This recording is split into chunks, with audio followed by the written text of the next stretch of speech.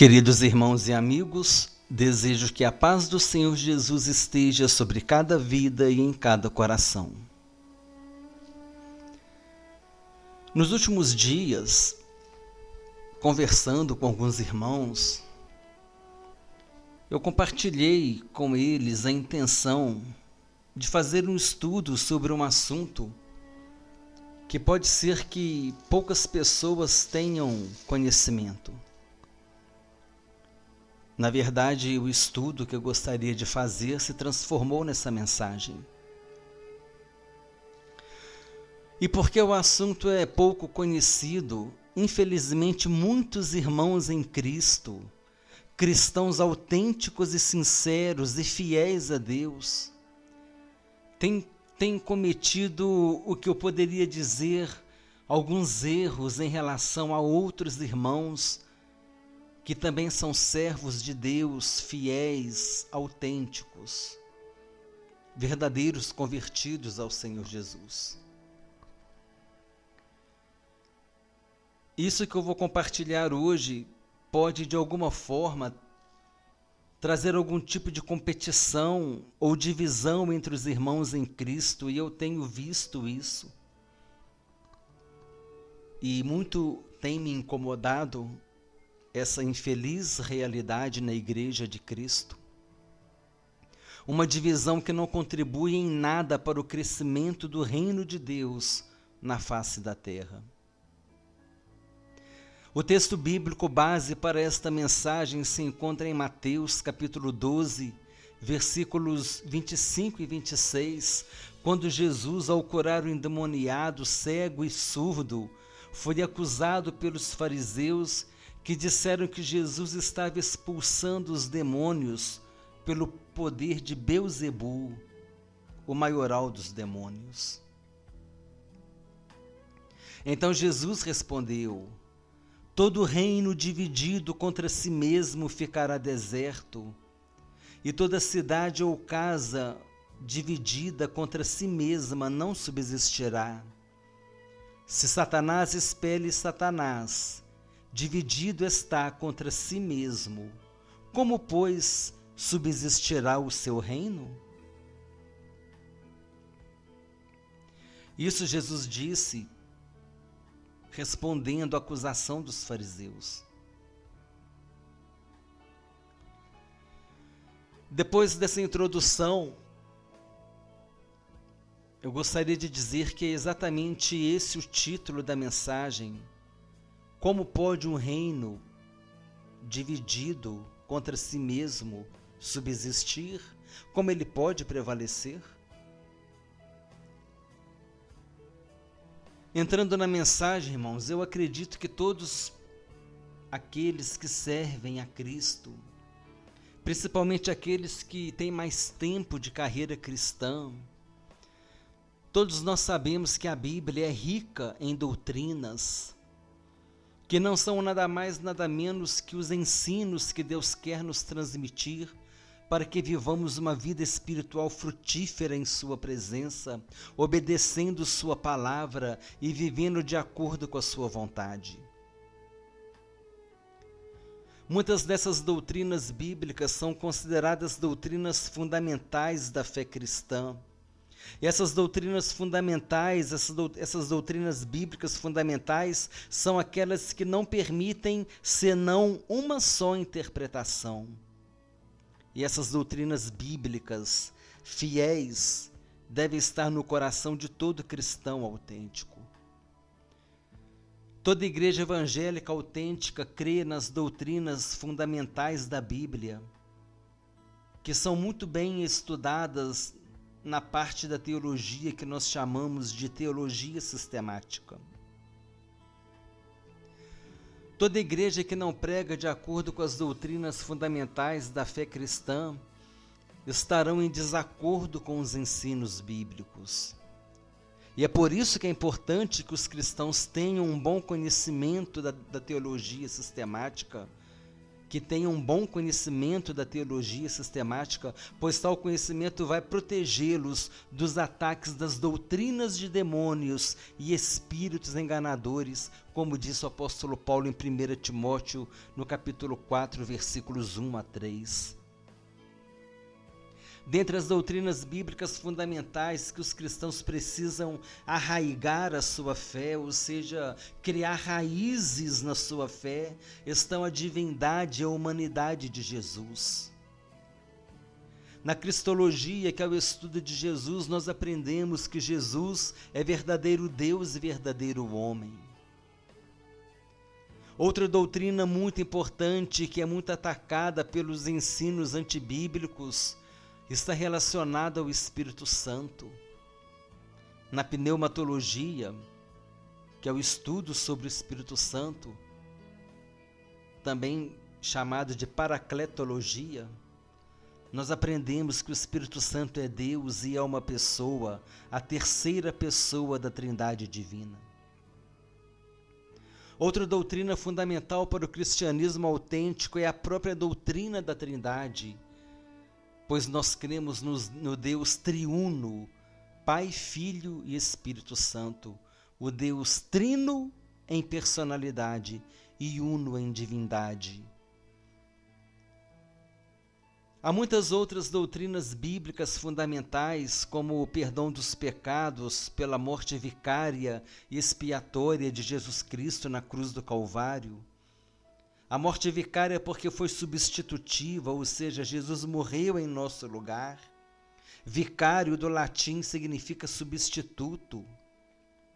E a morte expiatória porque um preço foi pago, e o preço foi a morte de Jesus na cruz do Calvário, quando ele derramou o seu sangue para que nós pudéssemos ter a remissão dos nossos pecados. Aquele que recebe Jesus em sua vida como seu único Senhor e suficiente Salvador, passa a ter o direito à vida eterna conquistada pelo Senhor Jesus na cruz.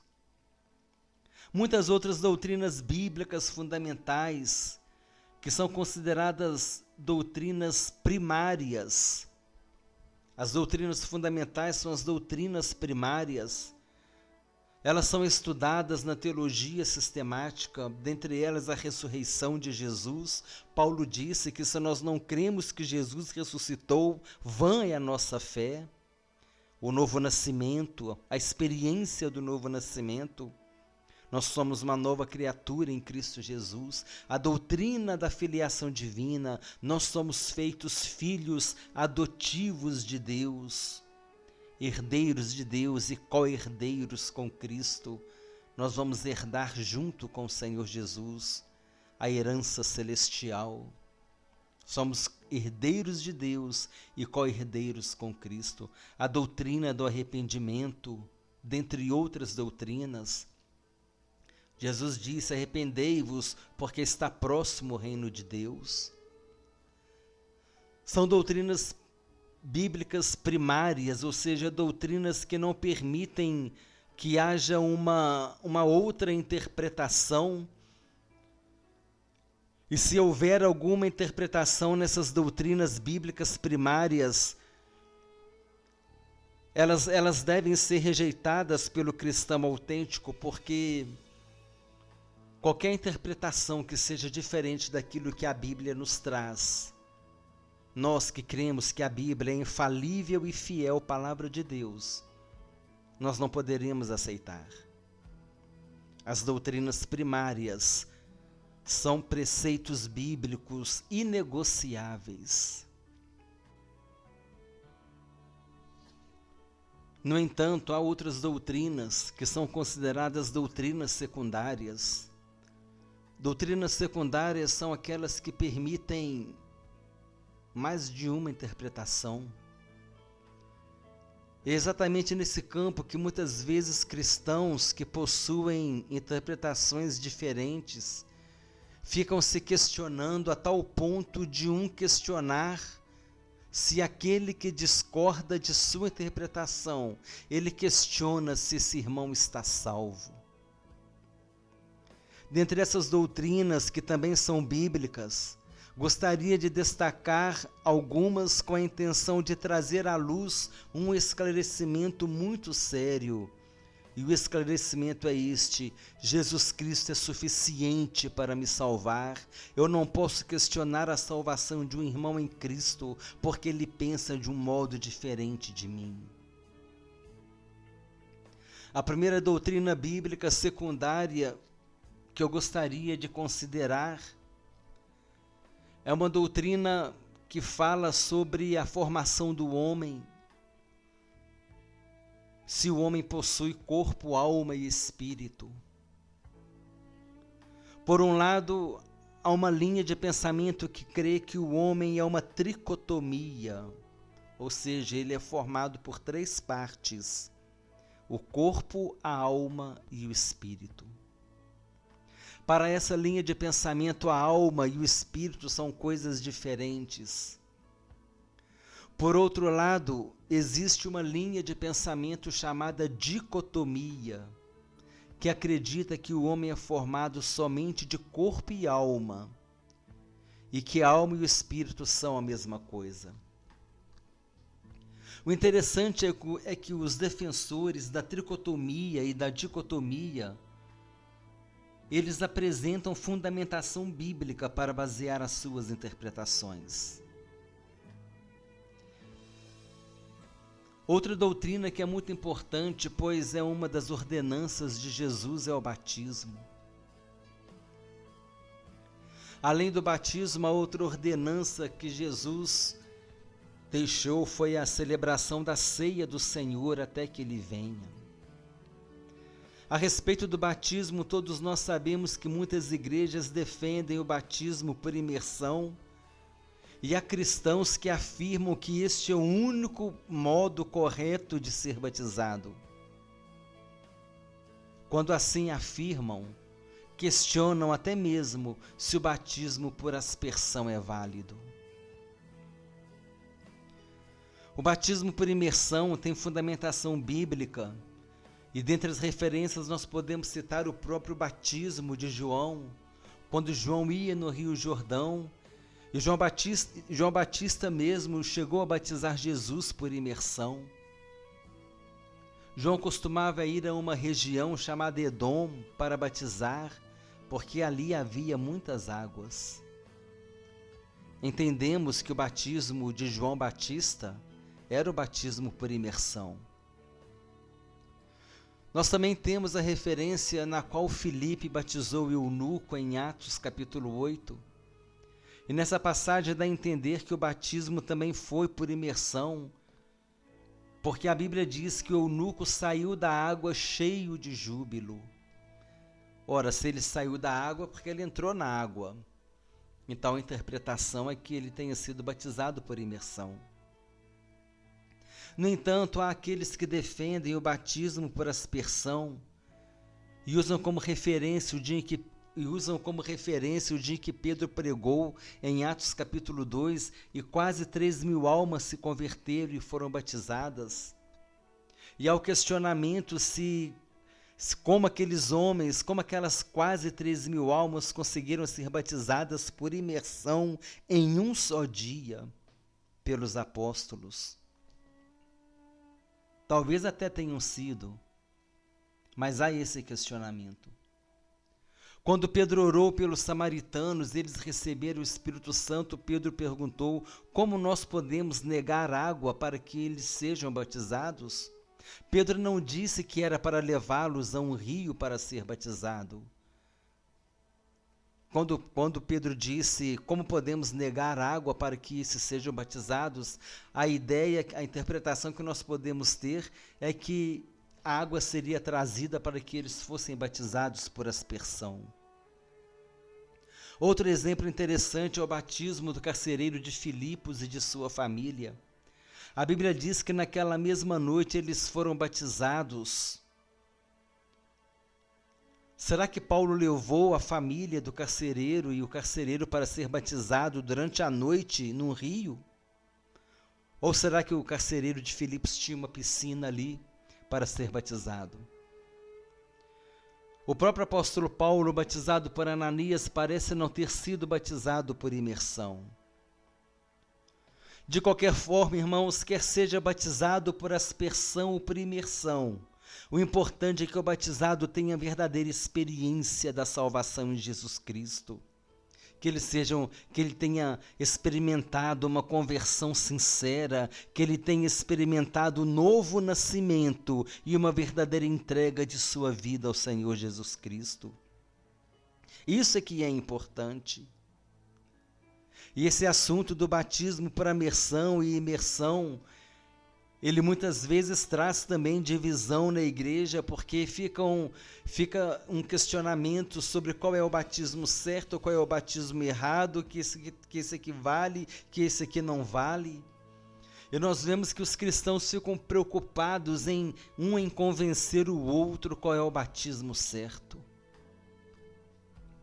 Há muitos anos atrás, no hall da entrada de uma igreja evangélica,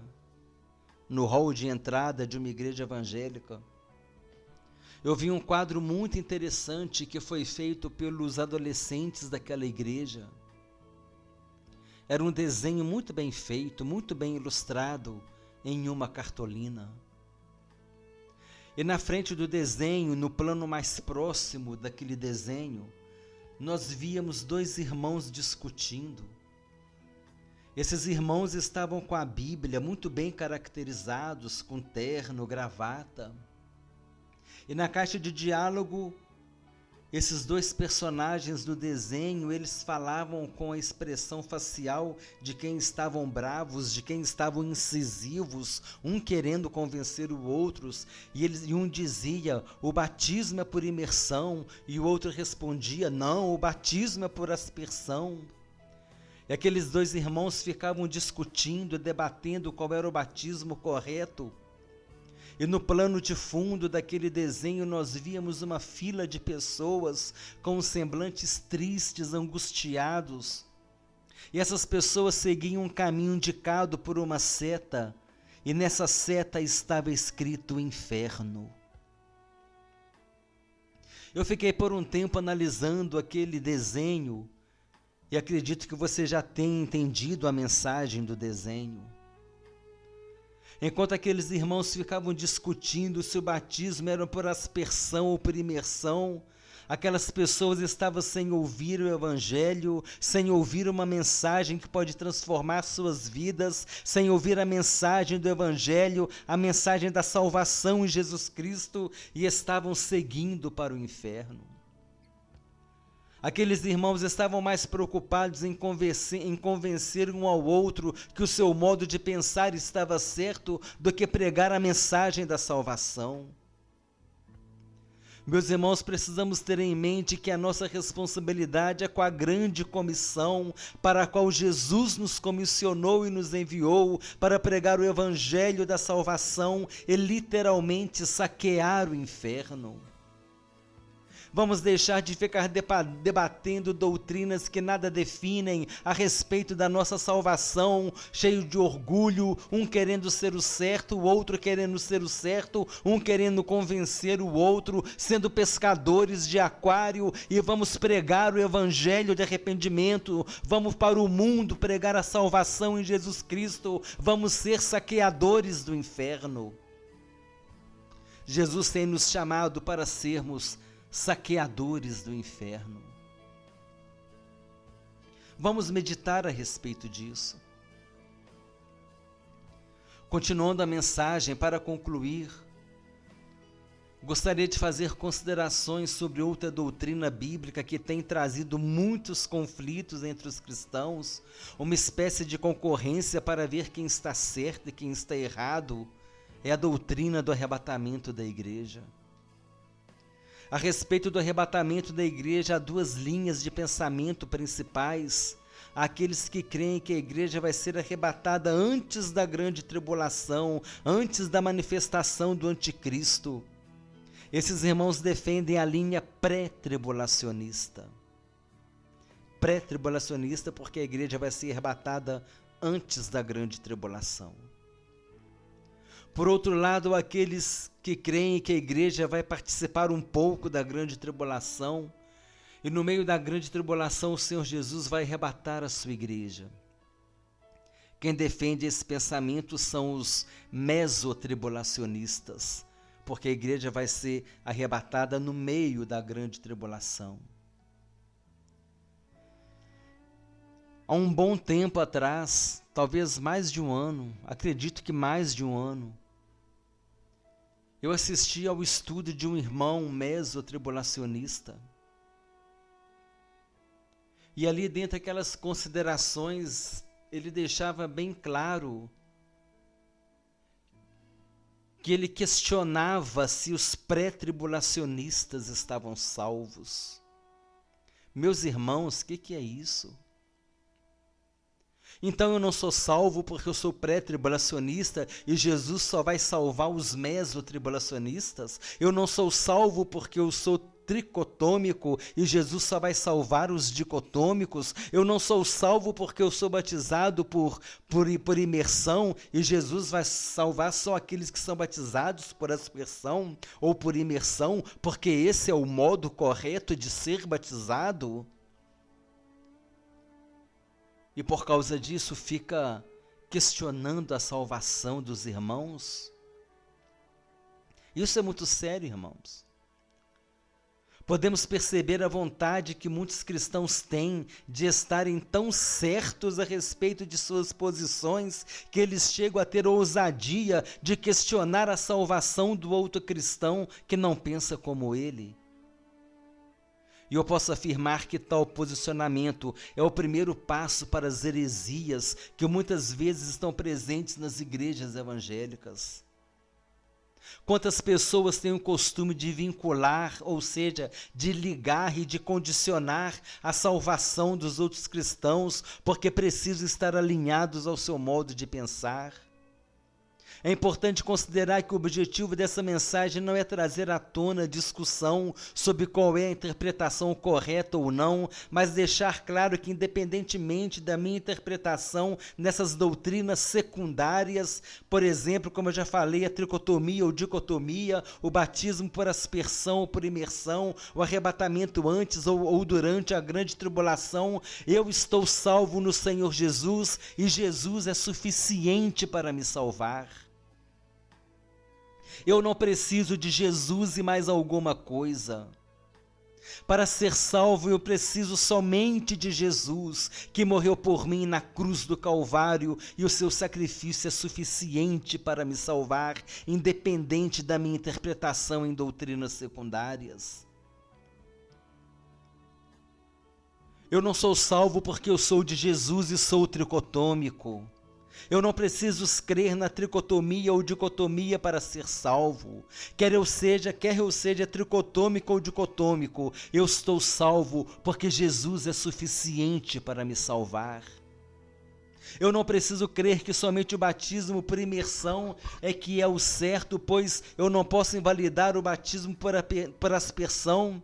E como vimos a fundamentação bíblica para a sua defesa, não importa se eu sou batizado por imersão ou por aspersão, é preciso que eu tenha experiência da salvação em Jesus Cristo. Não é condição para a minha salvação que eu seja pré-tribulacionista ou pós-tribulacionista. Eu só tenho uma condição para a salvação, ela não depende de nada e nem de ninguém, ela não depende se eu sou pré-tribulacionista ou pós-tribulacionista, a minha salvação depende somente de Jesus. E é aqui que se aplica o esclarecimento para o título dessa mensagem. Quantas vezes vemos irmãos até se ofendendo, um rejeitando o outro porque por causa de doutrinas secundárias, porque um interpreta de um jeito, o outro interpreta do outro. Mas é preciso entender que essas doutrinas secundárias, elas não interferem na sua salvação. Ficam debatendo assuntos de menos importância e deixam de pregar a mensagem da salvação em Jesus Cristo. Lembremos da ilustração mencionada no quadro, quando os irmãos ficavam discutindo qual é o tipo de batismo que estava certo, e enquanto isso uma multidão estava indo para o inferno. Melhor seria se eles deixassem essa diferença de lado, diferenças que trazem a divisão e enfraquecem o corpo de Cristo, e um reino dividido contra si mesmo não pode subsistir. É melhor que eles se dedicassem, unissem forças e comecem a pregar o genuíno evangelho da salvação, anunciando que somente aquele que crê no nome do unigênito Filho de Deus terá a vida eterna. Não estamos aqui para pregar doutrinas secundárias. Não estamos aqui para fazer ninguém pensar como a gente. Você tem que ser pré-tribulacionista, você tem que ser tricotômico, você tem que ser batizado por imersão. Se você não for batizado por imersão, você não está salvo. Se você não for pré-tribulacionista, você não está salvo. Condicionando a salvação a outras coisas. Jesus é suficiente para nos salvar. Estamos aqui para anunciar o evangelho da salvação em Jesus Cristo. Por isso, meus irmãos e amigos, cristãos que amam o evangelho, cristãos que amam o Deus do evangelho, eu te convido a fazer uma séria reflexão em sua vida. Se você está perdendo o seu tempo querendo convencer os outros cristãos para que pense como você e está deixando de lado a pregação do evangelho da salvação. Fica defendendo posicionamentos doutrinários, trazendo divisão e até rixas no corpo de Cristo entre os cristãos e deixando de pregar o evangelho da salvação. Não tenha dúvidas que com essas atitudes, o maior ganhador é o diabo. O reino das trevas é o maior beneficiado com esse tipo de atitude, que traz divisão na igreja do Senhor Jesus Cristo, o corpo de Cristo dividido por causa de doutrinas secundárias que permitem dupla interpretação ou mais, mas que não definem a salvação. Não se esqueça disso. Jesus é suficiente para me salvar. Jesus é suficiente para te salvar. Eu não preciso de Jesus e mais alguma coisa. Eu preciso ter uma experiência de salvação com o Senhor Jesus, ter uma experiência do novo nascimento, ser uma nova criatura em Jesus Cristo, ter uma conversão sincera e entregar verdadeiramente a minha vida ao Senhor Jesus Cristo. É isso que eu preciso fazer. Abandonemos esse posicionamento de querer ficar degladiando, de querer ficar debatendo com os irmãos, se esse é que é o certo, se esse pensamento é que é o certo, se aquele pensamento é que é o certo. Irmãos muitas vezes se ofendendo, um questionando se o outro está salvo ou não, por causa de doutrinas secundárias. Se aprofundam em estudos para provar que um está certo e que o outro está errado, e deixam de pregar o evangelho da salvação. E muitas vezes do seu lado tem uma pessoa que está precisando ouvir o evangelho da salvação e você deixa de evangelizar e de falar de Jesus para essa pessoa, porque está preocupado em convencer o outro irmão de que ele está com um pensamento errado, porque ele tem uma interpretação diferente da sua, em uma doutrina secundária. Porque com relação à doutrina primária, conforme foi muito bem esclarecido no início da mensagem, não há negociação. Jesus é verdadeiro Deus e verdadeiro homem. O Espírito Santo é Deus, é a terceira pessoa da Trindade. Nós cremos na Trindade, nós cremos no perdão dos pecados pelo sangue de Jesus. Nós cremos no sacrifício vicário e expiatório de Jesus na cruz do Calvário. Nós cremos na doutrina do arrependimento, na doutrina do novo nascimento. Nós cremos em várias doutrinas fundamentais, que se questionadas e que se vier algum ensino contra elas, que venham de encontro a elas, essas doutrinas devem ser consideradas, como Paulo disse, doutrinas de espíritos enganadores. Mas doutrinas secundárias não, meus irmãos. Se o irmão é batizado por imersão ou por aspersão, se ele morrer no Senhor Jesus, ele está salvo do mesmo jeito. Não tem esse negócio de que o batismo por imersão é que é o batismo certo. Se você crê na dicotomia ou se você crê na tricotomia, se Jesus voltar, você vai subir do mesmo jeito. Se você morrer em Jesus, você vai estar salvo do mesmo jeito. Se você é pré-tribulacionista, se você é mesotribulacionista, se Jesus voltar, na hora que ele voltar, você vai subir do mesmo jeito. Se você morrer sendo pré-tribulacionista, você está salvo não porque você é pré-tribulacionista, você está salvo porque você morreu em Jesus.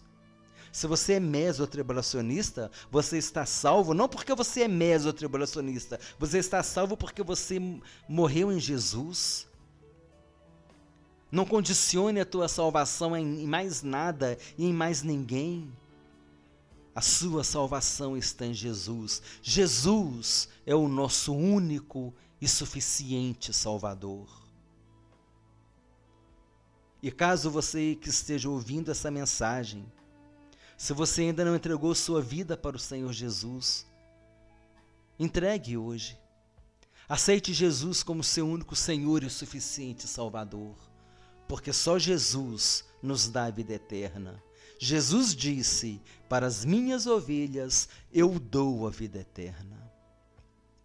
Desejo que Deus abençoe a todos abundantemente, em nome do Senhor Jesus, e que esta mensagem continue falando aos nossos corações, pelo poder do Espírito Santo.